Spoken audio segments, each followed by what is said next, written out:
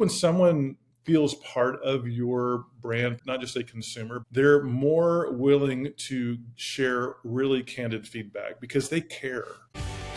Customer experience wisdom, a dash of travel talk. We've been cleared for takeoff. The best meals are served outside and require a passport. Today's a special episode for me. Not only is it this month's CX OpenToWork episode, it's also a chance for me to have a friend on the show. I've known today's guest, Jeff Harrell, for many years. Jeff and I met in the late aughts, early teens, as we attend the same church in Frisco, Preston Trail Community Church. Along with our shared faith, I've also come to respect Jeff's business savvy, especially his deep marketing skills built at companies like Thomson Reuters, Intuit, and Tyler Technologies. Most recently, Jeff stepped out of big corporate in order to work with family, creating a successful real estate practice. With that now solidly in place, Jeff will return to the corporate world, which allows us to have this great open to work conversation. You may hear us talk a lot about content marketing today. This is a sweet spot for Jeff, and I'm curious to learn more about his perspective, especially how that weaves together with overall customer experience. Another little fact about Jeff, he too is a podcaster.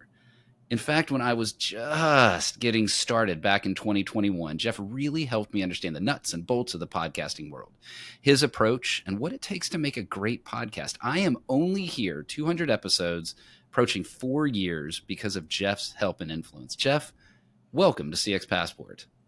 Rick, thanks so much. I think you give me a little too much credit, however. I think you are proving to be quite the podcaster yourself. So if there's any little tidbit I did give you, I appreciate that, but I think you've done quite well. Hey, yeah, I truly am only here because I got to stand on shoulders, right? And so those that got me started hold a very, very special place in my heart. And trust me, would not have been able to be where I am without some of the things you told me at the beginning. Yeah, I even think you may have even said, don't do it. Talking about that, it's likely. I probably told you, make sure you know where your headphones are. We had before the show, I couldn't find my headphones. So that's right. That's mistake number one that you shouldn't do, but okay. Hey, it just shows you're seasoned enough that headphones, I don't need those things. Well, Jeff, as much as I would want to, trust me, I would want to have just a full-blown podcast conversation with you. I'd probably have to edit out for our listeners today because they want to hear about customer experience. And I'm curious, what is it that draws you to the world of customer experience? Why is this world of all the worlds in business important to you? I think because it's about people. And you mentioned we went to church together. I think if you care about people and you understand at the most basic people level, people want to be seen and people want to be known. Mm-hmm. And I think at its very basic level, that's what customer experience is. When I go to a business or I engage with a business, do I feel seen? Do I feel known? It's almost like, invite some guests over for dinner. What do? You greet them at the door. Why? Because you want them, they're seen, right. Greet them warmly. Can you imagine, doorbell rings and hey, come on in, make yourself at home, it's almost like when I go to Home Depot, that's how I feel. I walk around, for 30 minutes. Well, that's just because we could easily get lost in Home Depot. Maybe that's the experience they want, so you just wander happily, silently. It could be, but mostly for me, it's I wander around for 30 minutes, can't find the thing, and walk out the door. So, and then I'll continue down this kind of, dinner party analogy. Mm-hmm. What if you go to a dinner party and they're serving shellfish and you're allergic? Right. Instead, they say, hey, Jeff, I know you have, which I don't, but I have heard you had a shellfish allergy. By the way, I know you're really into craft beers. Here's 3 to choose. So just thinking about people, if you love people, and we're in a people business. It's easy to look at data and numbers and brands, but we're in a people business. So if you love people and you want them to be seen and known, then customer experience is where it's at. I like that because, I hear a lot of times drawn to it. In this world, there is a lot of that heart for people. There's the business elements that draws people towards it, problem solving, other things that are elements like that. I agree with you that it's really hard to sustain anything in however you want to define customer experience if you don't actually care about the customer to some degree. You and I were even talking, off mic here, and about how one of the things that you're looking forward to in the next role is something that has you exposed and more around people. And so I know that's a key part of of who you are and what you're about.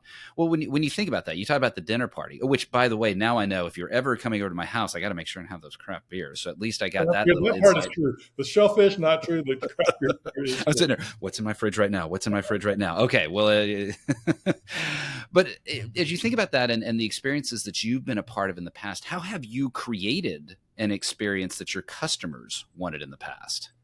Well, we said we weren't going to talk about podcasting, but I do have I think, an example of the first podcast that I launched back in 2020, like everybody else, when we were sent home and we all started podcasts in our closet. Right. At the time, and I still am to some degree, I was a trail runner, and I loved to do trail running and even ultra marathons, so things 50K and above. And I would go on runs, and I would not run runs. I typically wouldn't listen to anything during a run, but in between, I love podcasts about trail running. I dive into a topic, and I want to learn everything I can about that topic. So I consumed a lot of podcasts around trail running. What I found is most of them kind of hovered around elite runners. They were interview style, and they would talk to these elite runners that were running, 6-minute miles through the forest. Good gravy. I can't run a 6-minute mile downhill. I can't run a 6-minute mile if I'm driving. There you go. So I just found that it was inspiring to a degree, but unrelatable to another degree. So as a trail runner, and I consider myself, I'm a Clydesdale, which is a certain height and weight. Okay. That's why I called it Big Ass Runner. And what I found was, as an everyday runner, I wanted to be entertained, and I wanted a podcast for me, for the everyday guy that's out there juggling work and training and life and kids and family and all the things. So I just didn't see one out there that really resonated. So we decided to create one, called it the Big Ass Runner. And it was for the everyday runner, for that person that's out there juggling all the different things. And so the experience I wanted to create was to bring content to this everyday runner, bring content that would be relatable. Right. So that wouldn't be, there's things to learn from elite athletes, but there's a lot of things you're like, I'll never be there. I'll never do that. Yeah. Well, if you have your nutrition, crafted by the finest of chefs, and your support team is in its Mercedes wagon or whatever that looks like, right? Exactly. So our tagline was to encourage and entertain the everyday runner. And that's where our focus was. And as we were building it, we thought there's a local radio station here. You know it, Rick. Some of your listeners may not know. It's called The Ticket. Yes. Segments. And so we decided, let's do a show that has segments so we can have variety, because we think our listeners want that. And then we started asking friends that we have, hey, what kind of topics would you want to hear? We wanted to craft and create an experience for our listener that was exactly what they wanted. And then even more so when we were thinking about, okay, let's hire someone off Fiverr with a real nice deep voice to do the intro for us. We thought, no, what if instead we asked our listeners, the everyday runner, to do the intro each week? Oh, that's cool. So every week was, hey, I'm John Smith, a Big Ass Runner from, such and such Idaho, and welcome to the Big Ass. And they loved it. Loved it. So we launched in 2020. We did 190 episodes. We did quite well, I think, in the space. And we kind of created this loyal following called the Big Ass Runner Herd. They kind of named themselves that. Okay. And we did merch, and the people bought it, and we loved it. So, to answer your question, I think is, hey, what is this customer, what do they want? What experience do they want to have? How can we build something that resonates, that's for them? So when they listen, they go, hey, in fact, maybe I hear myself because I'm doing the intro. Oh, yeah. Maybe they talk about a race I was just at, or maybe they interviewed one of my training buddies. Yeah. And so that's what we did. Hey there, CX Passport travelers. I want to let you know about CX Passport Live. CX Passport Live helps brands amplify their event's impact with the power of live, in-person podcasting. Brands partner with CX Passport Live at their on-site event to help excite attendees, reward high-value customers, and convert potential customers. Bring a new level of energy and excitement to your event and amplify your brand's impact with CX Passport Live. Learn more at cxpassportlive.com. Now, back to the show. So there's so many lessons in there. I love that you went to. I did not expect you to mention the podcast, which is, it was a great podcast. I didn't think of that when I was thinking of having this conversation with you. I was thinking of the companies and the like that you worked for. What I love about that, though, is I heard so many lessons that are applicable straight directly to business. One, listen to your customers and then adapt what you're doing to them. It was beyond that, though, which is almost table stakes. It's this idea of community building that then created loyalty.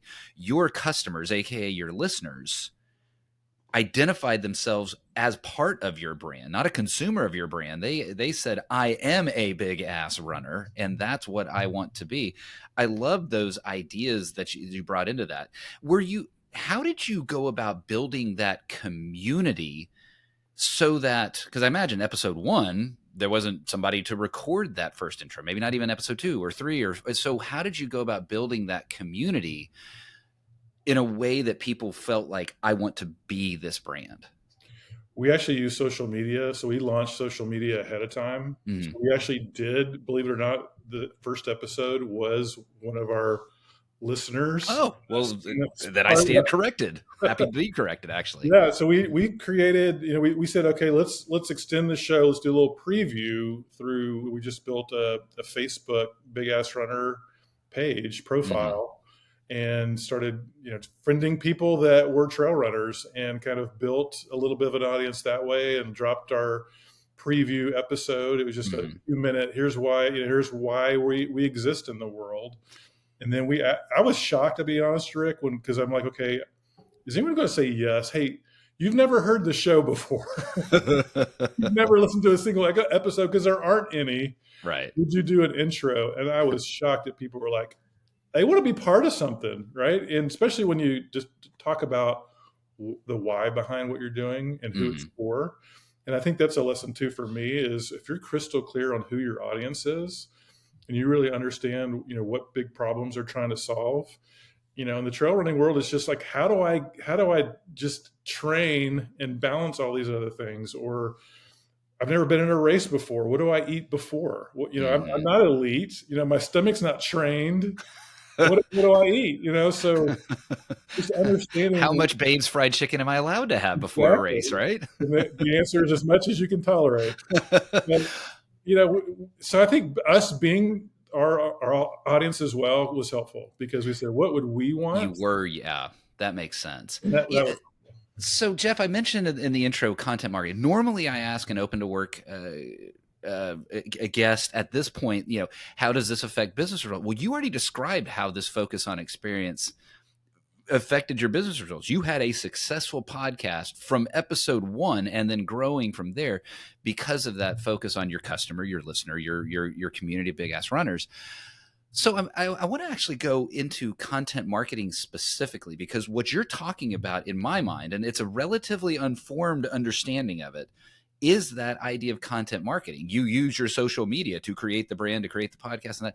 How, taking that podcast, how are you using that idea of content marketing to improve experience, both for the podcast and businesses that you've worked for in the past? I think this is going to be a common term, I'm sure, for you as a CX expert, but it's the feedback loop. So when we would create I would love to tell you, Rick, that everything we did, every segment, resonated with our audience, but it didn't. We had some flops, and we had some ideas. We thought, this is going to be awesome. And, it's what's great about podcasting is you get data. Right. So we'd go, hey, why did this episode resonate so well versus this episode? And we can make our own kind of hypothesis around that. And we wanted to prove that hypothesis by talking to our actual listeners. So I had a small group of our listeners who love to give feedback. And I would say, hey, what are your top 3 or 4 segments that we do? Which ones do you wish we wouldn't do anymore? Right. Right. And we would hear from them too, quite honestly. I think when someone feels part of your brand, part of your, not just to your point earlier, not just a consumer, but part of it, they're more willing to share really candid feedback, because they care. They care about your product. They care about the podcast. So for us, it was getting feedback, having a feedback loop, and then incorporating that feedback into either improving what we were doing or new ideas. So you could even expand that to, new product innovation. Well, for us as a podcast, it was a brand new segment. Let's try this brand new segment.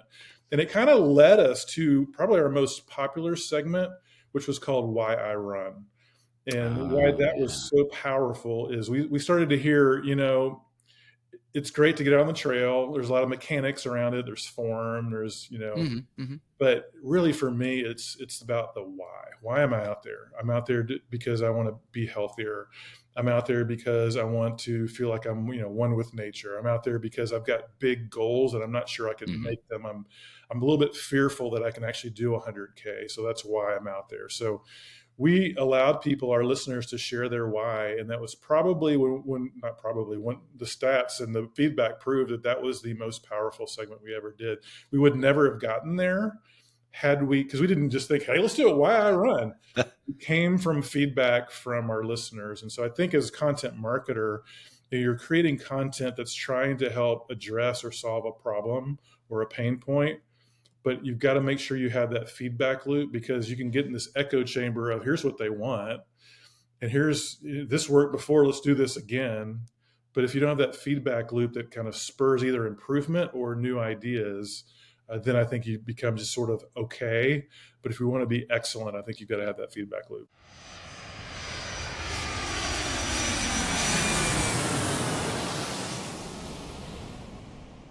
Jeff, I love that idea of I'm almost sitting here thinking instead of VOC, it's VOL, voice of the listener. So I don't know if that's ever going to take off, but the idea of, and the lessons that you are taking from podcasting into the ultimate overall customer experience world, really valuable there.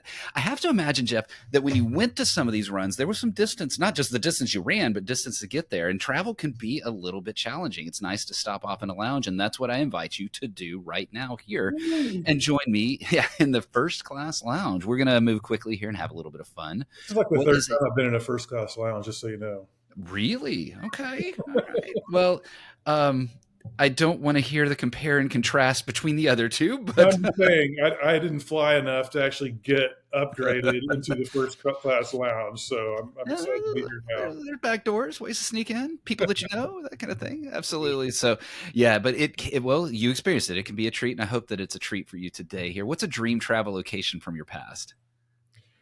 I unfortunately have not done a lot of international travel unless you include, Nuevo Laredo, which is right across the border into Mexico. You did a lot of great work there. I can't imagine it's a dream travel location. It's not a dream travel location, although I worked with some kids down there, so that was a dream, but the location not so much. My favorite place that I've been to is Crested Butte, Colorado. I'm a mountain guy. I'm a trail runner, so it makes sense. But as a kid, we would go to Colorado. We went to a lot of places in Colorado. I love all of them, but my favorite is Crested Butte. You got a quaint little town. Mm-hmm. You got the mountain. You have I think the prettiest views and mountains in the Rocky Mountain region. So for me, unfortunately, it's getting more crowded because everyone that goes there goes back. Right. Hard to get to, which is good. That's kept it a little bit more quaint, I think, for longer. It's not, right next to Denver or anything, but man, Crested Butte is my place. It is. It's been some years since I've been there with the family, and I will attest to that. A stunning ski town, a stunning mountain. And you know what I liked about the town too is that you could certainly have your usual amazing, Colorado Rocky pizza place. Oh, yeah. It seems like every town has one of those. And there was a really good steak place. Like it had this range of food and beverage that you could really enjoy the town. All right. Not a Crested Butte podcast, although I think we could spend some time talking there, but what's a dream travel location you've not been to yet? There's a lot of them, since I haven't done a lot of international travel, and there are a lot of them. I think if I could narrow it down, though, again, being a mountain guy, and I see pictures of Switzerland, I see the Swiss Alps, finding these little mountain towns, to me, that would be the greatest. You can find just a little quaint mountain town and get to explore. To me, that would be perfect. I gotta ask, and I don't expect an answer, and I might even delete it out. But why do you live in McKinney, Texas, my friend? It sounds like you need to be in the mountains right now. I'm a Texan. This is home. It makes the mountains more beautiful. There it is. sitting here looking at, flatness. Also, I'm a trail runner, so I don't have to worry about. That's true. That is kind of nice. Yeah. For those that are on video, you see his Aggie ring flashing, and I haven't brought it up because I'm on the other side of that divide, but he definitely is a Texan through and through. Jeff, I mentioned the pizza and crusted butte, but beyond that, what's a favorite thing of yours to eat? Without a doubt, sushi. I All right. love me some sushi. Yep. Okay. Any kind. I don't like, it doesn't have to be fancy. Just give me a good IE tower and some tuna and some salmon, a little bit of yellowtail and some wasabi, and I am a happy guy. I like that. Ooh, that sounds really nice and fresh and clean right now. What about the other way? What's something growing up that you were forced to eat, but you hated as a kid? So Aunt Leanie would come to church, right, with her pie. Okay. And I like pie. Don't get me wrong. I like me some pie. But she would make coconut cream pie. Oh, yeah. The cream part was fine. It's the coconut. And it's not the flavor. It's the texture. Mm-hmm. She would sprinkle the toenails on top. You know what I'm talking about? Disgusting. I can't.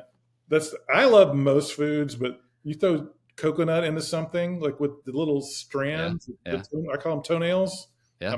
I'm out. Boy, you and I are very aligned there. And I will say that I think because your episode will be about 204, 205, something like that. I think you're the first guest to ever mention a dessert as the thing you were forced to eat but hated as a kid. Yeah. I'm with you, though, on coconut. Now, I like a coconut flavor, like in Thai food. You get a good coconut curry or something like that. But boy, you put those shavings in there. Ugh, no, thank you. Pina colada, great. But just don't put the stuff in. I love it. Absolutely love it. Jeff, sadly, we're going to have to leave the lounge. No pina colada in hand, unfortunately. What is one travel item, not including your phone, not including your passport, that you will not leave home without? Well, can I have three answers? Absolutely. Okay. So number one, I think for me, travel is certainly about the experience and the destination, but it's also about the people that are with you. So I'm bringing along my wife. Aw. Yes. And my kids, if I can stuff them in the suitcase. So that's number one. Number two, for more a tech side, I cannot travel on a plane without my Bose noise cancellation headphones. Preach. Oh my gosh. I don't even have to have music or anything playing. I mean, most of the time, but just put them on and you don't hear the chatter. Like when you take them off, you're like, oh my goodness, look at all the things I got to miss. So that would be the second thing. And then the third thing's more philosophical. Mm-hmm. So when I first started doing some ministry in Mexico, I met with a really wise person who had done some ministry. And he said, when I go into different cultures, he goes, make sure, because it's going to shock you, Rick, Americans tend to have a bit of a, hey, I come in here and I know what's wrong. I know how to, that's a bad thing. He said, have a posture of learning. So for me, whenever I travel somewhere, I try to, as I am even on the way there, go, okay, I'm going to go in with a posture of learning. I don't know everything about this place. I don't know everything that's right to do. I know my way, but I want to really learn their way. So really approaching travel with the posture of learning.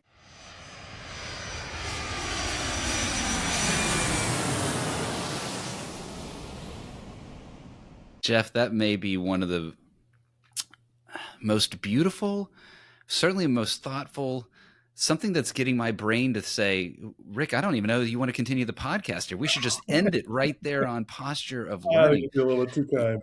Yeah. And you know what's interesting about that? And I am going to bring us back into the kind of the customer experience world with that is that's exactly what is required in a customer experience sort of approach, that willingness to, if you will, have a posture of learning with your customer, that just like you talked about in the podcast earlier in, the podcast, that's what you were doing is assuming I don't know how to run this thing. Let my listeners tell me what they want and have that posture of learning. And I think that's a really good attitude to take forward. You can tell that my synapses have been frozen a bit, not by the temperature outside, but by the wise words that you said. Jeff, if that's a good thing, to be doing in customer experience, what are companies in general missing in this world of customer experience, or even if you want to go specifically content marketing, and how can they improve on what they're missing today? Yeah, I'll probably answer a little bit more on the content marketing side. Yeah. I think it's all connected, right? Mm-hmm. So I'm a StoryBrand certified guide. And if your listeners aren't familiar with StoryBrand, a guy named Donald Miller wrote a a couple of best-selling books as an author. He studied story. Mm. He actually brought the story framework to business. So he created this company called Story Brand, because if you're really going to share what your brand is all about, you can do so through a story. Mm-hmm. And one of the most pivotal kind of ahas from that experience is you are not the hero. Your customer is the hero. You are the guide. So I think a lot of what I see when I see bad marketing or bad experience, it's typically because the company has positioned themselves as the hero, not as the guide. If you really think of your client as the hero and you're Mr. Miyagi and they're, Daniel's son, they're trying to quit being bullied by Johnny and the Cobra Kai gang and just trying to win a tournament. You're over there teaching them wax on, wax off. You're not so worried about winning the tournament yourself. So I think if you can position yourselves as the guide and really think about your client or your customer as the hero, I think that's one mistake I see a lot. The second one would be forgetting about the post-purchase experience. Yeah. I think a lot of companies, you're focused on quotas and selling the thing and getting the thing done and getting the offer sheet signed or whatever the case may be. And then you're on to the next thing and you forget the post-purchase experience is, I think, where most of the fruit is. Mm-hmm. Because, if you have a really good post-purchase experience, you're going to create more raving fans. Like, right. My gosh, this was amazing. Like, if you ever bought something and then you never heard from that company, you get a little bit of remorse and you're like, I like the thing, but I don't know if I like the thing so much anymore. Right. So, you get this opportunity to really create and build, raving fans that are telling other people. So that's one benefit. Another benefit is that we talked about earlier, the feedback loop. Yeah. If you've got a really strong post-purchase experience, that's going to include getting feedback from your customers. And as a marketer, I've learned so many things about what to position or how to message or features that I didn't even know were important or thought that were important, but the feedback loop informed me. And so I was like, they love this thing that I thought it was kind of a throwaway. And they right. So that's the second thing, is really having that feedback loop. Yeah. Or as we were talking about as we were hitting record, and I was struggling with the recording platform that we're on here, that they just introduced a feature. And I'm like, what the heck is this? And how do I get rid of it? I'm sure there was some product team that thought, this is awesome. I can't wait to roll it out. And the first time I see it, I want it off my screen as quickly as possible. So yeah, that customer feedback there is, well, you started to go down that path, Jeff. How can you, Jeff Harrell, specifically help companies improve in those two areas? Well, I think one is, I've worked for several different companies and love the customer. And I think once you really, if you love the customer, and that's how we started this podcast, right? Right.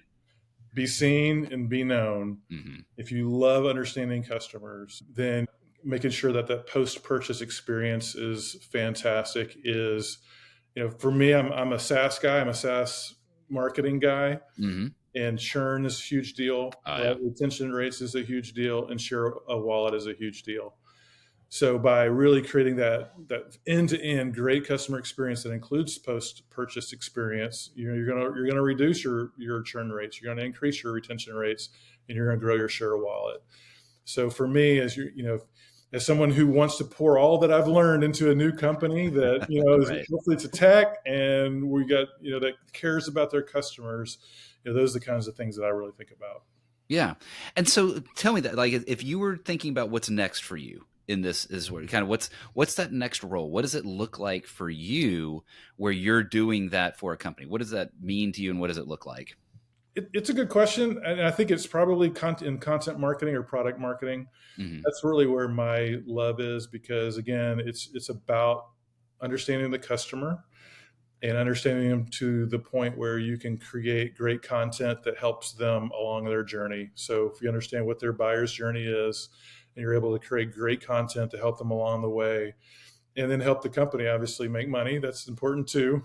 There we go. Good, right? We talked on the soft side, but let me tell you, the CFO's not letting you stick around in that role if you're not actually doing something to the balance sheet. Well, and that's what I find is interesting is if you care about the customer and you care about the employee, usually the financial stuff comes as well. Mm-hmm. But you certainly, I mean, that is certainly part of it, right? You've got to Yeah. make sure you're hitting those quotas and you're doing the things to help the company, the stockholders move forward. And that's important. Right. For sure. Yeah. I can care about the customer really well and sink a company in a week if I care about him a little too much. So yeah. Well, Jeff, this has been good. It is fun to record with a friend. I almost wish that we'd been able to pull it off in person. For those that peel back the curtain a little bit, one, obviously the show normally is done this way, and two, we are enjoying a once every decade snowstorm in North Texas, so nobody going anywhere right now. And so, Jeff, I did enjoy, though, getting to record with a friend, someone who shares a faith with me, someone who I can learn from the business wisdom that you provided. I truly, when we hit play, I did not expect the wisdom that you shared coming out of the podcasting world as a symbol, as an example of how one can really drive customer experience and content marketing forward. That opened my eyes. I also just love the fact that we shared a distaste for the coconut toenails, as one describes. Jeff, if folks wanted to get to know a little bit more about you, hey, maybe they heard something they really like and want to say, hey, I got a need for something that you do, Jeff. What's the best way for them to get in touch? Reach out on Instagram. I'm Jeff Harrell Yo on Instagram. Okay. And reach out. I would love to connect to anybody, really. So I think, I love people. I love pouring into people. I love coaching people. I love helping people. So if there's anything I can do, please let me know. I will get that into the show notes. I think actually, Jeff, you may be again the first guest that has offered up their Instagram instead of a LinkedIn profile, and I like that.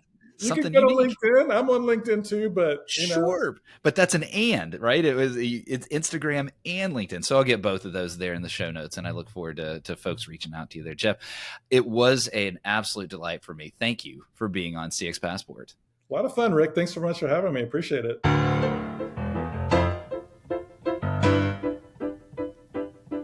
Thanks for joining us this week on CX Passport. If you like today's episode, I have 3 quick next steps for you. Click subscribe on the CX Passport YouTube channel or your favorite podcast app.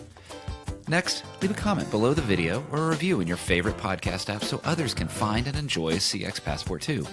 Then head over to cxpassport.com for show notes and resources that can help you create tangible business results by delivering great customer experience. Until next time, I'm Rick Denton, and I believe the best meals are served outside and require a passport.